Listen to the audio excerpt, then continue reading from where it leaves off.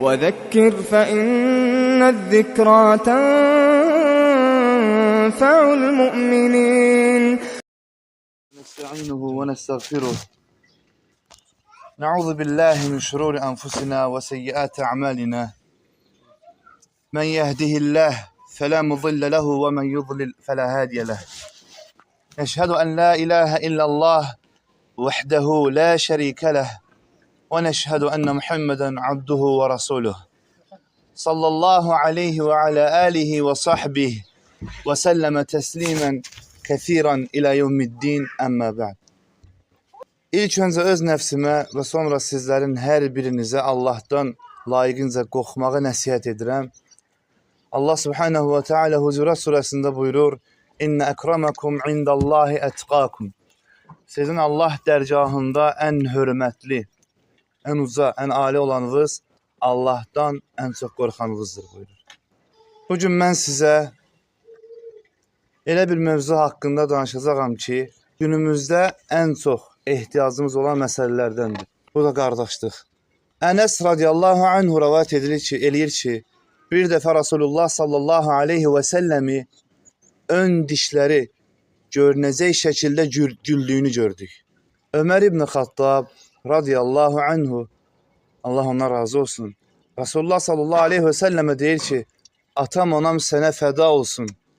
Səni güldürən nədir? Ey Allahın Resulü sallallahu aleyhi və səlləm. Bu zaman Rasulullah sallallahu aleyhi və səlləm buyurur ki, ümmətimdən iki kişi uca Allahın huzurunda diz üstə çökmüş vəziyyətdə ikən onlardan biri, ey Rəbbim, mənim üçün haqqımı qardaşımdan al deyir. Allah subhanahu və teala bunu istəyən quluna belə buyurur: qardaşının savablarından bir şey qalmadı artıq. Həmin kişi, ya Rabbim, o zaman mənim günahlarımdan ona yüklənsin. Bu sözləri deyən Rasulullah sallallahu aleyhi və səlləmin gözləri yaşardı. Ağlamağa başladı.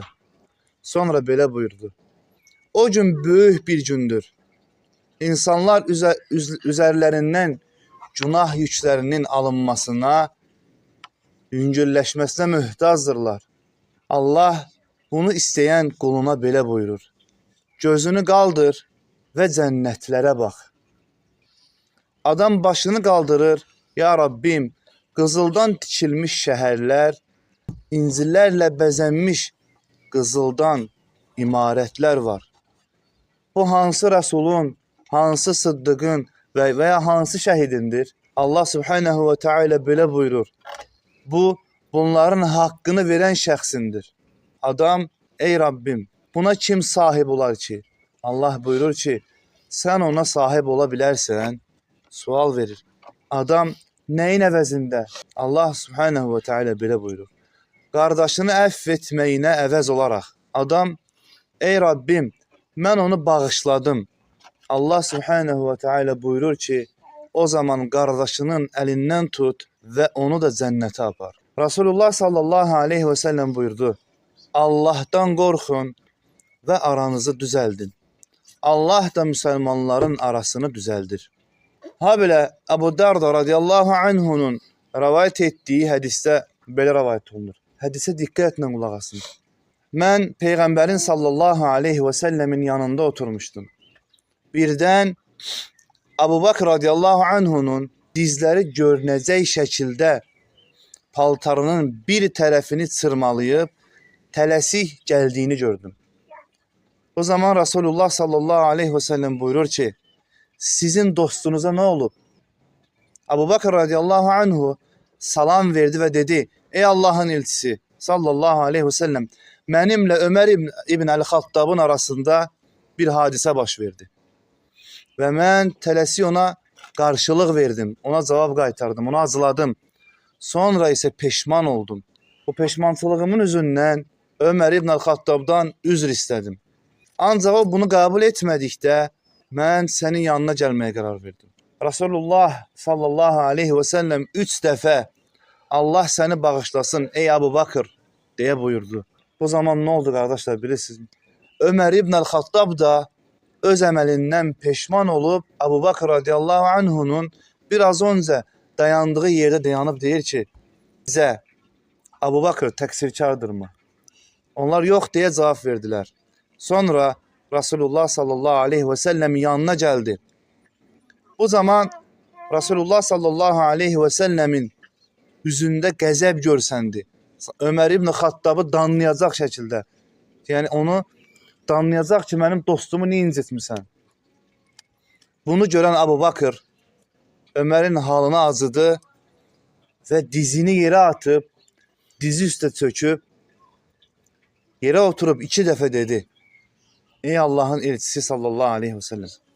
Allah'a and olsun ki, mən ona qarşı daha çox haqsız olmuşam. Bu vaxt Resulullah sallallahu aleyhi ve sellem buyurdu ki, Allah məni sizə göndərdi. Siz məni yalanladınız. İslamı sonradan qəbullədiniz. Amma Əbu Bakr radiyallahu anhu mənə sən doğru deyirsən deyə buyurdu. O mənə öz canı və malı ilə kömək etdi. Siz mənim dostumu mənə görə rahat bırakmayacaqsınız. O bu sözləri bir daha təkrarladı. Siz mənə görə mənim dostumu rahat bırakmayacaqsınız. Bundan sonra heç kəs ona əziyyət vermədi.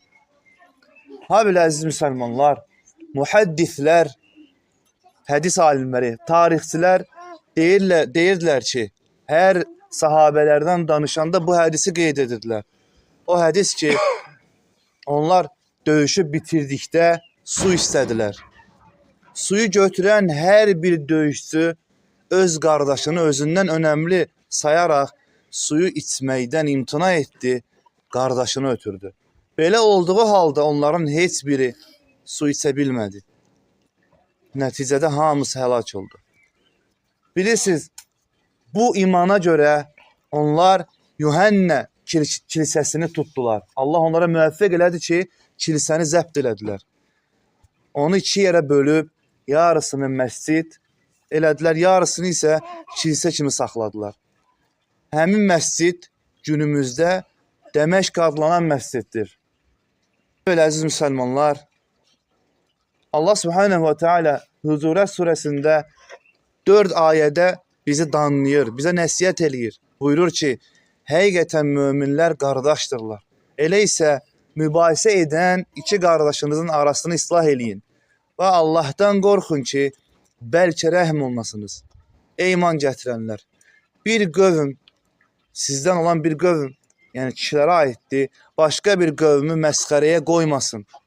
Ola bilər ki, onlar məsxərəyə qoyulanlar o birilərindən, yəni məsxərəyə qoyanlardan Allah yanında daha xeyirli olsunlar. Həmsinin qadınlar üçün buyurur. Qadınlar da qadınları məsxərəyə qoymasınlar. Ola bilər ki, onlar məsxərəyə qoyulanlar o birilərindən, yəni məsxərəyə qoyanlardan Allah yanında daha xeyirli olsunlar. Biri-birinizə tənə vurmayın, biri-birinizi pis ləqəblərlə çağırmayın. Ayənin burasına diqqət eləyin. İman gətirdikdən sonra fasiq adlanmaq necə də pisdir. Məhz tövbə etməyənlər zalimlardır. Sənlər, zənnin çoxundan çəkinin. Çünki zənnin bəzisi günahdır.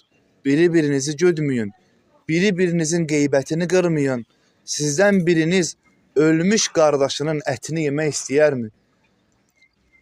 Bu sizdə ikrah hissi oyadır. Allahdan qorxun.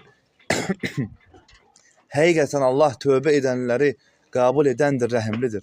Ey insanlar, biz sizi bir kişi və qadından, yəni Adəm və Həvvadan yaratdıq.